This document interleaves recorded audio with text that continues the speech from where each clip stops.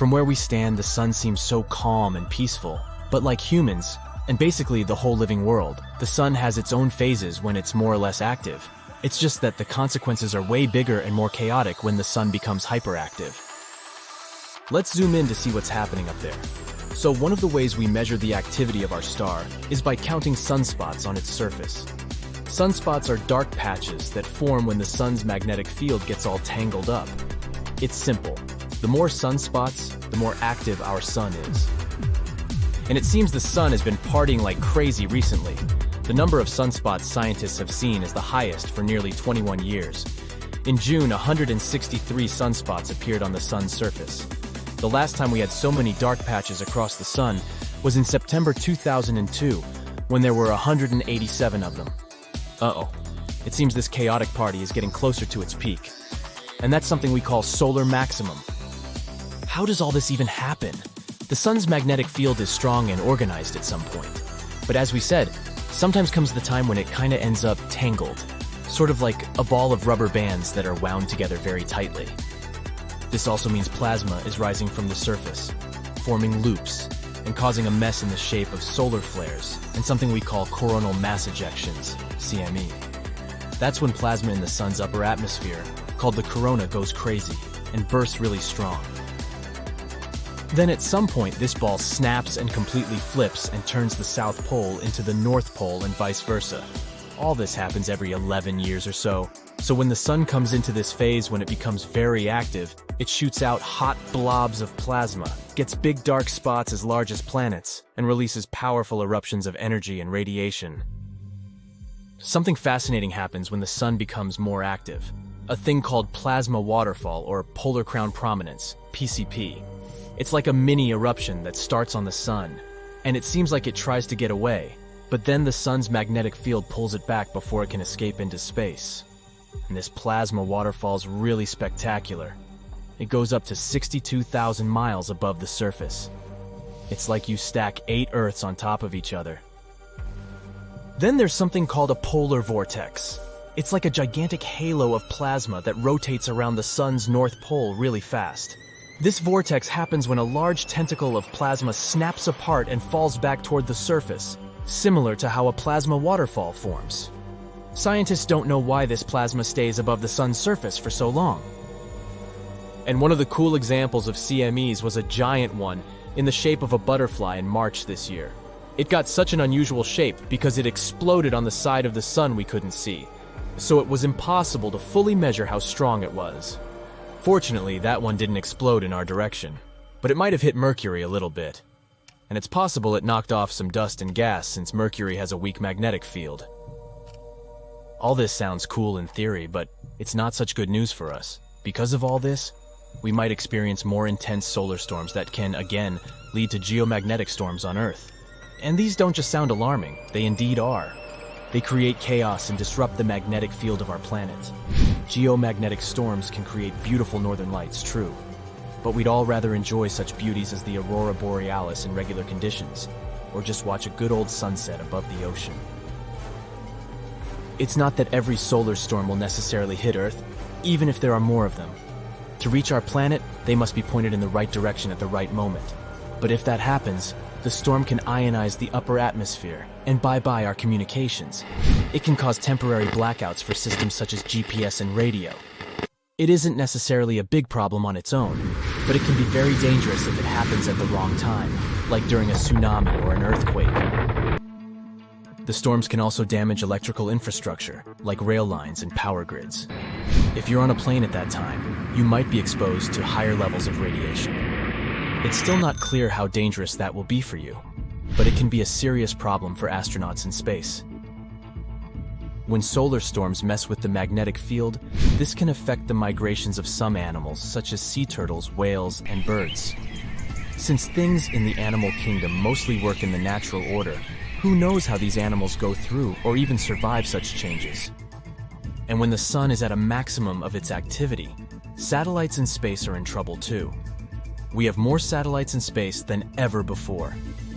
And when the upper atmosphere becomes denser because of all these changes, this can push satellites in different directions.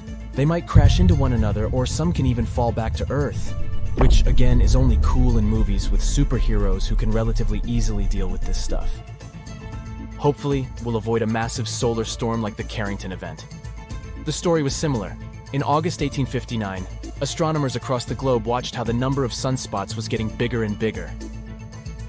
A man named Richard Carrington was among them. At the beginning of September, he was sketching the sunspots when, out of a sudden, he was blinded by a flash of light. It lasted around 5 minutes, but it was spectacular. He later described it as a white light flare. It was a very strong coronal mass ejection, CME, and in only 17.6 hours, this storm crossed the long way between the sun and our home planet, 90 million miles, and unleashed its force on us, even though this usually takes days. And when this storm started, telegraph machines across the world sparked. Operators got electric shocks, and paper even caught fire. People were really scared and confused because they had never seen such bright skies before. Some even thought it was the end of the world. The next day, telegraph workers still couldn't work properly because Earth's atmosphere was still charged. They even managed to send messages using the auroral current instead of regular electricity. But it brought something incredible, 2 stunning auroras in the sky. People in Hawaii and Cuba could see beautiful northern lights, while those as far north as Chile could see the southern lights. It's all slowly but steadily escalating.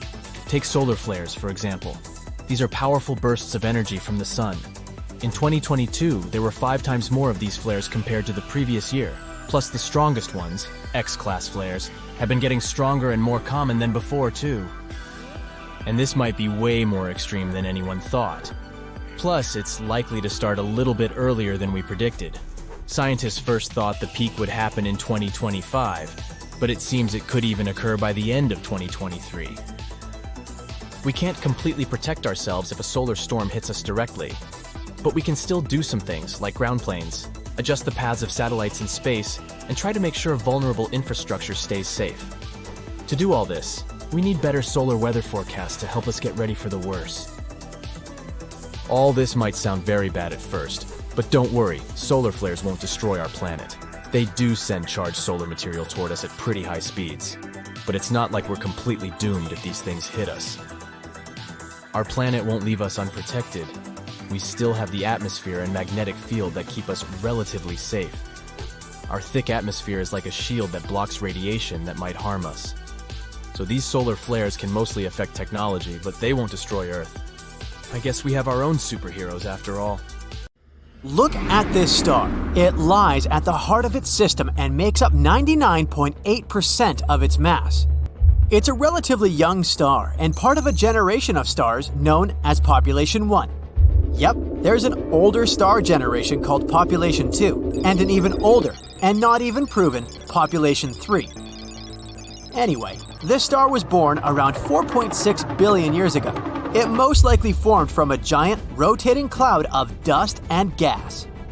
Such clouds of space matter are called nebulas. One day, the nebula started spinning faster and faster because of the force of its own gravity, and then it flattened into a disk, and most of the material got pulled towards the center, forming a star. But it's all in the past. Right now, you see a ginormous comet flying towards the star. Are they going to collide? Well, it's time to reveal all secrets. The star I'm talking about is our Sun, and the comet approaching it at a breakneck speed is 96P Mach-Holtz 1. The comet is around 3.7 miles wide. Astronomers think it might have arrived from outside the solar system. The NASA ESA Solar and Heliospheric Observatory spacecraft is monitoring the comet as it's dashing towards our star. Right now, it's moving inside Mercury's orbit, leaving an icy trail as it's nearing the Sun. Now, look at this. That's the comet's trail. It's mostly made up of gas. It's trickling behind the frozen chunks of ice that are getting heated by the radiation coming from the Sun. In some cases, a comet can have 2 tails, one made of dust and the other consisting of gas. And each of them can reach hundreds and, in some extreme situations, even millions of miles in length. In 2008, scientists analyzed the material left by 150 comets. They found out that the comet we're talking about was quite low in carbon and didn't contain a large enough amount of some other typical materials. This could only mean one thing. The comet was an interloper coming from another star system. It may have been ejected from its original solar system by the gravity of a large planet. After that, the poor homeless celestial body probably spent a large amount of time wandering space, until it came across Jupiter. The gas giant could have bent the comet's trajectory, trapping it in orbit around the sun. There's one more theory. According to it, the comet formed in a poorly studied region of the solar system, and it has this weird composition due to its repeated journeys around the sun.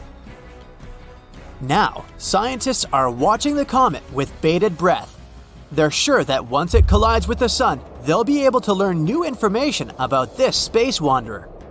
And since the comet is an atypical one, both in its behavior and composition, they don't know what they will see, which makes the whole process even more exciting. David Mockholtz, yes, that's the one who the comet was named after, first noticed this space body in 1986 with the help of a homemade cardboard telescope. The most surprising thing about this discovery is that most comets falling towards the sun are quite small, not more than 32 feet across. That's why they burn up as soon as they come close to the sun. But the sheer size of Mockholtz 1, which is more than 2/3 the height of Mount Everest, seems to protect the comet from evaporating completely. The SOHO has already recorded the comet making 5 close passes around the sun. The most recent one happened on January 31st, 2023. The giant comet was 3 times closer to the sun than Mercury. But what would happen if a space body like this one crashed into our star? There is a special name for comets that come too close to the sun: sun grazers. They can pass a few thousand miles away from the star's surface. At the same time, we know that the sun doesn't have a surface. It's a giant ball of immensely hot gases, mostly hydrogen. Comets that get too close to the star can pass through its Roche limit. After this border, space travelers usually get ripped apart by incredibly strong gravitational forces, or at least that's what happens to small or structurally weak comets. But our comet is neither weak nor small. It can potentially survive the sun's gravity and cross the Roche limit again, leaving the dangerous zone. But such comets have other problems, because solar radiation and heat are powerful enough to crack rocks. So imagine 96P Mockholtz 1 speeding towards the sun. It's moving faster and faster, crossing the Roche limit, and it looks as if it's not gonna stop. Soon, it's dashing at a speed of 370 miles per second. And then, boom! The comet gets flattened by the sun's atmosphere. This generates a truly spectacular explosion. It throws out countless tidal waves of X-rays and ultraviolet radiation. This explosion unleashes as much energy as a coronal mass ejection or a powerful magnetic flare. The momentum makes the sun ring like a bell. Then, a series of sunquakes echo through the solar atmosphere, and that's what might happen if a massive comet crashes into our star. Scientists admit that their theories are just speculations. For one thing, a sun-hitting comet hasn't been seen yet. Plus, no one is sure what physics will determine its fate. Astronomers know about comets that came pretty close to the sun and survived this feat. For example, in 2011, it was a comet named Lovejoy. It passed through the corona, the outermost part of the sun's atmosphere, usually hidden by the blindingly bright light of the surface of our star. When the comet emerged, it was much worse to wear, that's true, but it was still intact. Another comet that survived this dangerous approach, though barely, was Ison, and it happened in 2014. So, what does a comet need to reach the sun's lower atmosphere? A mass of more than 1 million tons. This lower limit is about 100 times smaller than comets Lovejoy and Ison. There are long-period comets that take more than 200 years to orbit the sun. Scientists think they might originate in the Oort cloud. It's the most distant region of the solar system, its outskirts, so to speak. It's a collection of icy objects farther away from us than anything else in the solar system. It lies at a distance between 2,000 and 100,000 astronomical units away from the Sun, and 1 AU is around 93 million miles. This region is also described as a cometary reservoir. No wonder, according to some estimates, there are more than 1 trillion icy objects there. So, some of them are bound to wander off, right? You can also find an estimated trillion or even more comets in the Kuiper Belt. This region lies beyond the orbit of Neptune. It's a donut-shaped ring of icy objects surrounding the Sun, 30 to 55 AU from our star. Short-period comets that take less than 200 years to orbit the Sun appear there. The first mission to explore this distant region was New Horizons. Right now, it remains deep in the Kuiper Belt, speeding away from Earth at a rate of about 300 million miles per year. There are also dwarf planets dwelling inside the Kuiper Belt. Some of them have their own moons, and this egg-shaped planet, Haumea, even has a ring of its own. By the way, a dwarf planet's atmosphere can collapse if its orbit takes it far away from the Sun. A bonus fact, even though you might not have noticed it, we live inside the Sun. No, I didn't mean that we literally inhabit the star that is 93 million miles away. The thing is, the Sun's atmosphere stretches far beyond its visible surface, and our planet is right within its reach. In fact, exactly the gust of solar winds create such a breathtaking phenomenon as the northern and southern lights. What happens when a star runs out of its fuel? First of all, paradoxically, it grows to 1,000,000 times its original size. You see, when the core of a star runs out of hydrogen, it starts contracting under the weight of its own gravity. But some hydrogen fusion continues in the upper layers. While the core contracts, it heats up. This causes the upper layers of the star to heat up too and expand. The radius of the star increases. As the star grows, it engulfs any matter, even its own planets, in its wake. Astronomers have watched stars right before or straight after swallowing entire planets, but until recently, they have never seen the process itself. Scientists from different universities have reported that for the first time in history, they've observed a star swallowing a planet. And this tragic event happened not somewhere in a faraway galaxy, but in our own Milky Way, some 12,000 light-years away from us. Astronomers spotted an outburst from a star, which is around 0.8 to 1.5 times the mass of our Sun, near the eagle-like constellation, Aquila. It became over 100 times brighter than usual in a mere 10 days, and after that, it quickly faded away. Even more interesting, this white-hot flash was followed by a longer-lasting signal that was also colder than the first flash. And this combination, my friend, could only mean one thing. The star engulfed a nearby planet. What planet was it? Astronomers believe it could be a boiling hot world from 1 to 10 times the mass of Jupiter. Such planets are also called hot Jupiters. They're giant exoplanets similar to the Jupiter we have in our solar system that need less than 10 days to orbit their stars. The planet we're talking about had been gradually spiraling toward the star until it was pulled into its atmosphere and, eventually, into the core of the perishing star. This galactic feast happened between 10,000 and 15,000 years ago when the star was about 10 billion years old. And given its respectable age, the swallow itself happened lightning fast, in one fell swoop. This is very different from other hot Jupiters, which were quite delicately nibbled by their stars. Astronomers aren't sure if there are any other planets orbiting this star, perhaps at a safer distance, but even if there are, thousands of years will probably pass before they become the star's main course or dessert. In any case, now that astronomers know what they should search for, they're going to be on the lookout for more cosmic gulps. Because one day, our planet, as well as part of our solar system, will suffer the same fate. Everything around us will be gone in a flash. But you may relax and breathe out. It won't happen for another 5 billion years.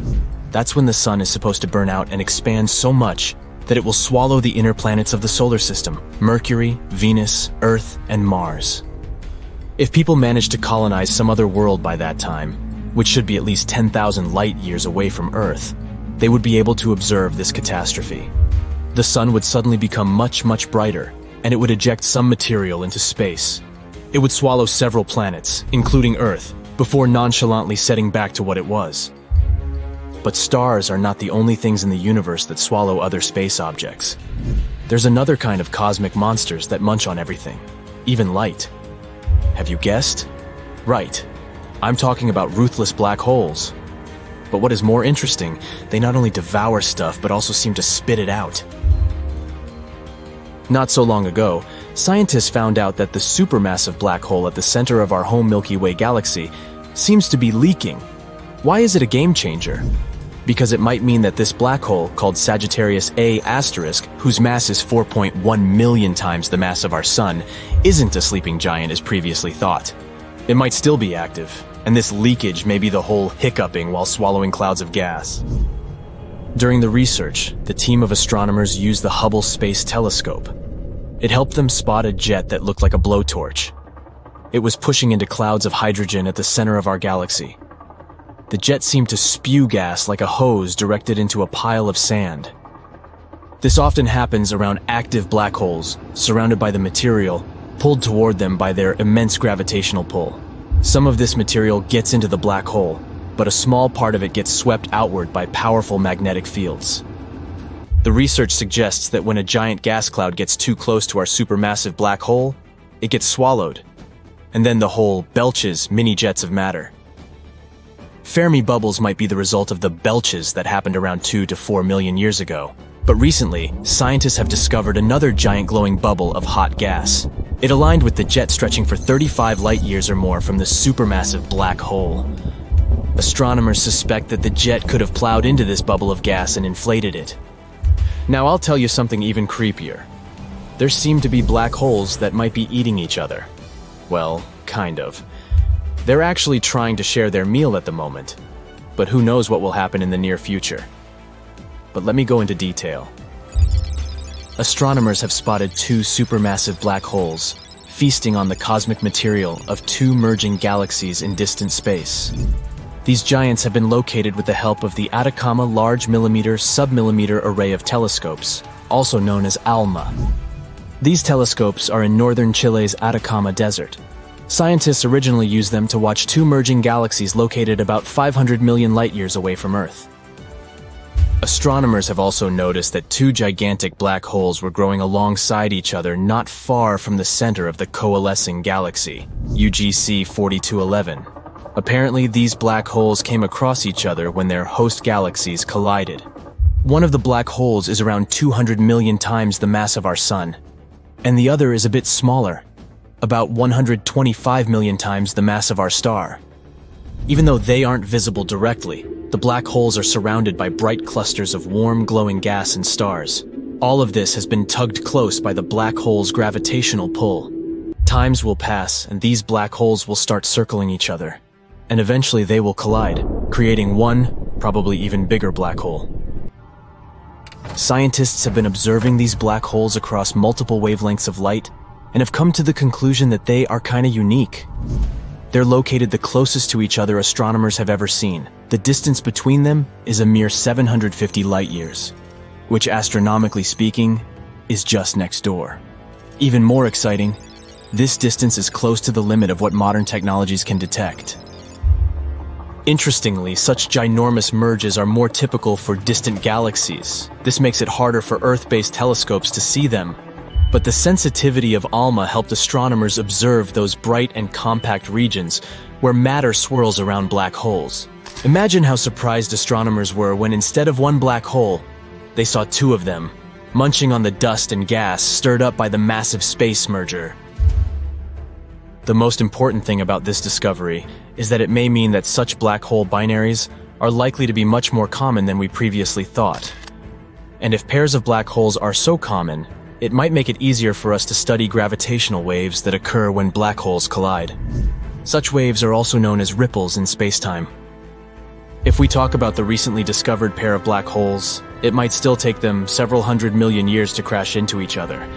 But by observing their behavior, scientists can figure out how many binary black holes that are about to collide exist in the universe.